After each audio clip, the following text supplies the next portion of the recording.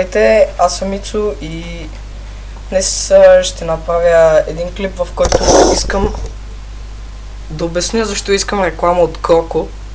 Нали, ако някой е видял, Кроко направи клип, в който каза да се обясни за какво да бъде рекламиран човека. Първо да се представя, казвам се Христо, на 14 години, ако трябва град от Панагюрище съм. И телефона ми пак започна да учи, както и да е. От Панагюрище съм и аз лично искам Кроко да ме рекламира, защото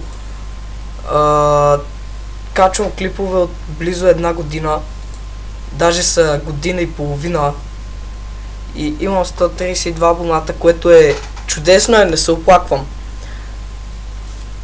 Но аз качвам почти редовно, не съм качвал от една седмица, защото имах работа и както и да е. Така, ако искам да ми направиш реклама, ако може, нали, защото качвам си редовно, а мисля, че не заслужавам. Даже ми бяха писали докато стримвах: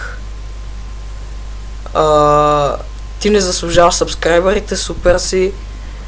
Някакви такива ми беше писал пича, па си говорихме с него и да, дълга и широка.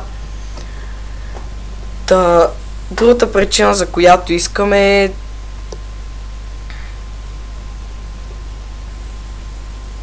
нали, за която искам да се абонирате за мен, да ме рекламира Кроко, да ме рекламира, е, че на мен ми става драго, когато видя, примерно, че стават 133 абоната, или когато е с един абонат нагоре, ми става приятно.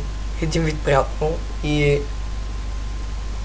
раздавам игри на 150 сабскрайбъра, ще раздам някакъв код, рандом код или нещо такова.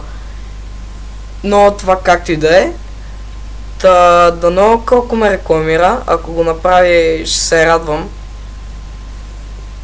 И скоро очаквайте клип на CS или на GTA 5, защото не е имало отдавна.